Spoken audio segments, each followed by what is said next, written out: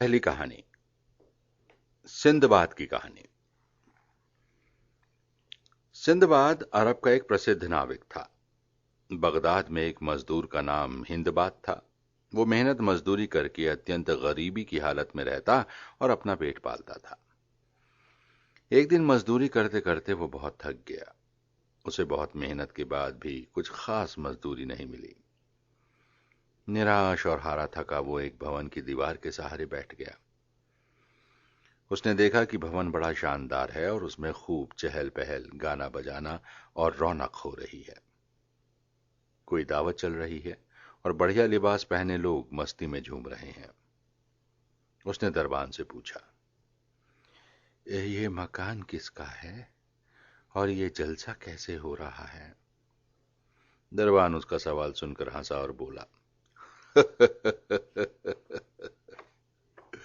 अरे तुम कैसे मूर्ख हो जो इस भवन के मालिक का नाम भी नहीं जानते।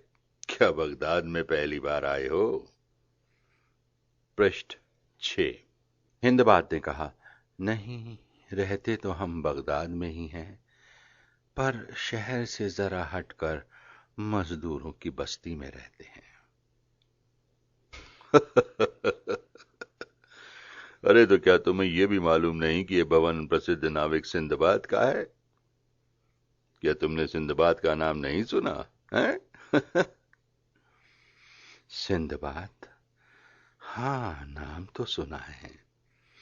हिंदबाद ने मन ही मन एक बार फिर सिंदबाद नाम दोहराया और सोचने लगा, सिंदबाद और हिंदबाद में बस एक अक्षर का ही तो फर्क है। पृष्ठ 6 पर एक बहुत बड़ा महल बना हुआ है चित्र में, और उसके सामने वो मजदूर खड़ा हुआ है, यानी कि हिंदबाद, और बहुत अचरज से वो देख रहा है महल की ओर। पृष्ठ 7। सिंदबाद और हिंदबाद, सा और हा का ही फर्क है, पर भाग्य का अंतर इतना। कहाँ ये ठाट बाट का जीवन और कहाँ मेरा भूखा नंगा दरिद्र जीवन। हिंदबाद को गहरी सांस लेते और सोच में पड़े देखकर दरबान ने कहा, क्या सोच रहे हो? हिंदबाद बोला, संयोग की बात है, मेरा नाम हिंदबाद है। मैं सोच रहा था कि सिंदबाद और हिंदबाद में एक अक्षर का ही तो अंतर है, पर ऐसी क्या बात है कि जी तोड़ मेहनत करने पर भी मुझे भरपेट खाना तक नहीं मिलता। वस्त्र और मकान की तो बात ही क्या, और ये सिंदबाद बिना कुछ मेहनत किए लाखों का मालिक बना हुआ है, ठाठ का जीवन बिता रहा है। सिंदबाद ने हिंदबाद की ये बात सुन ली, उसे अंदर बुलाया। हिंदबाद सहमा सहमा अंदर गया। उसे ख्याल था कि मेरी बात से क्रुद्ध सिंदबाद मुझे न जाने क्या सजा देगा, पर सिंदबाद ने बड़े आदर के साथ उसे अपने पास बुलाया, सम्मान से पास बिठाया, दावत का बढ़िया भोजन खिलाया। खिलाने पिलाने के बाद सिंदबाद ने उससे कहा, देखो हिंदबाद, तुम समझते हो कि यह अपार धन संपत्ति मेरे पास ऐसे ही बिना हाथ पैर हिलाए आ गई। यह तुम्हारी भूल है। मैं उन अमीरों में से नहीं हूं जो मां बाप की दौलत पाकर मजे लूटते हैं, या फिर दूसरों की कमाई और मेहनत को लूट खसूट कर धन इकट्ठा करते हैं। मैंने ये सब अपने साहस और परिश्रम से हासिल किया है। पृष्ठ 8। मैं एक नाविक हूं। घर बार छोड़कर बीवी बच्चों से जुदा होकर मैंने बरसों समुद्रों के जल में अपने को गलाया और जंगलों की खाक छानी है। अनेक बार अपनी जान जोखिम में डाली है, तब जाकर मैंने ये धन पाया है। मैंने 7 बार समुद्री यात्राएं की हैं। अपनी उन कठिन यात्राओं में से एक की कहानी मैं तुम्हें सुनाता हूं। ये मेरी 5वीं यात्रा थी। इससे पूर्व की 4 यात्राओं में मैं जान जोखिम की संकटपूर्ण स्थितियों में से गुजरकर अपने घर लौट आया था। कुछ समय तक घर में चैन से रहा, पर घर की शांति जैसे मुझे भाती न थी। समुद्र की लहरें मुझे बुला रही थीं और मैं फिर अपनी समुद्री यात्रा पर निकल पड़ा। एक बड़ा जहाज यात्रा के लिए तैयार कराया, उस पर सभी आवश्यक सामग्री जुटाई गई और अपने कुछ साथियों तथा अन्य व्यापारियों के साथ मैं यात्रा के लिए चल पड़ा। लंबी यात्रा के बाद हम एक अज्ञात द्वीप के किनारे पहुंचे। जहाज को रोककर हमने द्वीप के अंदर दूर दूर तक देखा। कहीं किसी मनुष्य का वास नजर न आया। हम समझ गए कि इस द्वीप में जंगल ही जंगल है, मनुष्यों की कोई बस्ती नहीं। पर हमें बहुत जोर की भूख लगी थी। मेरे कुछ साथी भोजन की तलाश में किनारे पर उतरे। थोड़ा आगे जाकर उन्हें रॉक पक्षी का एक अंडा दिखाई पड़ा, बहुत बड़ा, और उसमें से बच्चा निकलने वाला था। मेरे साथी उस अंडे को लुढ़का लाए और जहाज पर लाकर उसे भूनने को तैयार हुए। मैंने मना किया पर वे ना माने। भूख ने उन्हें बुरी तरह सता रखा था। पृष्ठ 9। उस अंडे को भूनकर उन्होंने बड़े मजे से अपनी भूख मिटाई, पर अभी वे अपना भोजन समाप्त भी न कर पाए थे कि आकाश में दो बड़े रॉक पक्षी हमारे सर पर मंडराते दिखाई दिए। ये दोनों उस बच्चे के माँ बाप थे जो अपने अंडे को वहां ना पाकर यहां आ गए थे। उन पक्षियों के आक्रमण से बचने के लिए हमने अपना जहाज आगे बढ़ा दिया, पर दोनों पक्षी हमारा पीछा करते हुए तेजी से फिर हमारे ऊपर मंडराने लगे। उन्होंने अपने पंजों में एक बड़ा पत्थर दबा रखा था। हम समझ गए कि यह पत्थर गिराकर हमारे जहाज को नष्ट करना और हमें डुबो देना चाहते हैं। एक पक्षी ने तभी अपने पंजे में से ढीला करके उस पत्थर को हमारे जहाज पर छोड़ दिया। पृष्ठ 9 पर एक चित्र दिया हुआ है जिसमें एक बड़ा सा पत्थर जहाज से टकरा रहा है। जहाज छिन्न भिन्न हो रहा है। गहरा समुद्र है और लोग डूब रहे हैं। शायद सिंदबाद बड़े अचरज से उस जहाज की तरफ देख रहा है। पृष्ठ 10। भय से हमारा दम निकलने लगा। अगर फुर्ती से कप्तान जहाज को घुमा ना देता तो पत्थर जहाज पर गिरता और हम सब मौत के मुंह में चले जाते। ये पत्थर जहाज के बाहर समुद्र में छपाक से गिरा। बड़ी बड़ी लहरें उठकर रह गईं। हम बच गए, पर पक्षियों ने पीछा ना छोड़ा। अब दूसरे पक्षी ने अपना पत्थर हमारे ऊपर गिरा दिया और पहले ने एक जबरदस्त टक्कर जहाज को मारी। इस बार कप्तान नहीं बचा पाया और पत्थर ठीक जहाज पर गिरा और साथ ही टक्कर से डगमगा गया। जहाज टुकड़े टुकड़े होकर समुद्र में डूब गया। मेरे सब साथी भी समुद्र में डूब गए। संयोग से मैं जब लहरों के थपेड़े खा रहा था और डूबने ही वाला था कि जहाज का एक तख्ता बहता हुआ मेरे हाथ लग गया। मैं उससे चिपट गया और उसके साथ बहता हुआ कब किनारे लगा, मुझे कुछ खबर नहीं। जब काफी देर बाद मुझे होश आया तो मैंने अपने को एक द्वीप के किनारे पड़ा पाया। स्पष्ट था कि तख्ते पर बहता और लहरों से धकेला मैं किनारे आ पड़ा था। मेरा शरीर जैसे बेजान जड़ हो गया था। भूख और थकान से मैं बेहद कमजोर हो गया था। मुझसे उठा नहीं जा रहा था, पर थोड़ी देर में मैं हिम्मत बांधकर उठा और द्वीप के अंदर 10 कदम बढ़ा, पर गिरकर फिर बेहोश हो गया। थोड़ी देर बाद आशा बंधी। मैं साहस करके बाग में चला गया। फलदार पेड़ों को देखकर तो मेरी जान में जान आ गई। कहां तो मैं अपनी किस्मत को और स्वयं अपने को कोस रहा था कि क्यों मैं घर के सुख को छोड़कर यहां भटकने आ पहुंचा, और निराशता हो गया था कि अब जीवित लौटना असंभव है। कहां अब फिर जीवन की पूरी आशा चमकने लगी। पृष्ठ 11। सुनहरी धूप निकल आई थी। उसने और भी शक्ति भर दी। मैंने ताजा और पके हुए फल खाकर भूख मिटाई। बीच में एक झरना बह रहा था। शाम भी हो गई थी। पास ही एक गुफा में मैं लेट गया और रात भर आराम से सोता रहा। अगले दिन सवेरे जागा तो थकान का नाम ही नहीं था। मैं गुफा से बाहर निकला। सुनहरी धूप ने शरीर में स्फूर्ति और शक्ति पैदा कर दी। मैंने फल खाए, पानी पिया और बाग की सैर करने लगा। अंगूरों की बेलों पर बढ़िया पके अंगूर लगे थे। मैंने तोड़कर खाए। पृष्ठ 11 पर एक चित्र दिया हुआ है जिसमें सिंदबाद है जो बाग में टहल रहा है, जिसमें अनेकों प्रकार के फल के वृक्ष लगे हुए हैं। और वो एक अंगूर का गुच्छा तोड़कर खा रहा है। पृष्ठ 12।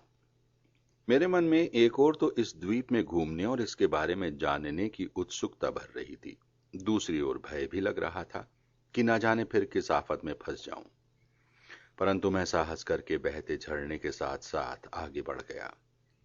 थोड़ी दूर चलने के बाद झरने के किनारे बैठा एक बूढ़ा सा आदमी दिखाई दिया। उसके बाल बिखरे हुए थे और निढाल सा बैठा था। मुझे लगा कि यह भी कोई मेरी तरह भूला भटका राही है जो बैठकर अपनी किस्मत पर रो रहा है। उसका शरीर रूखा सूखा नजर आ रहा था। मैं उसके पास गया और सहानुभूति प्रकट करते हुए बोला, भाई तुम कौन हो? यहां कैसे बैठे हो? कहां से आए हो? उसने कोई उत्तर नहीं दिया। शायद वो मेरी बोली समझ नहीं पा रहा था या गूंगा था। वो टुकुर टुकुर मेरी तरफ देख रहा था।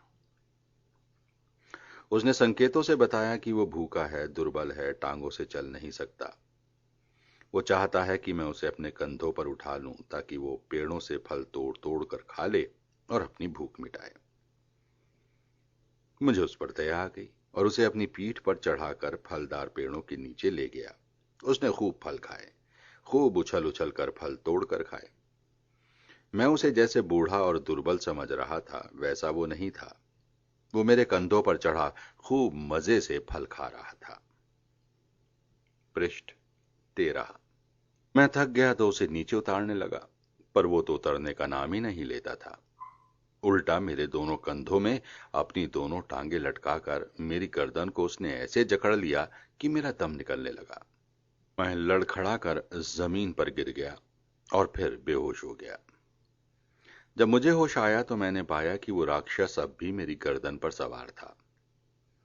उसने फिर मुझे खड़ा होकर चलने को मजबूर कर दिया।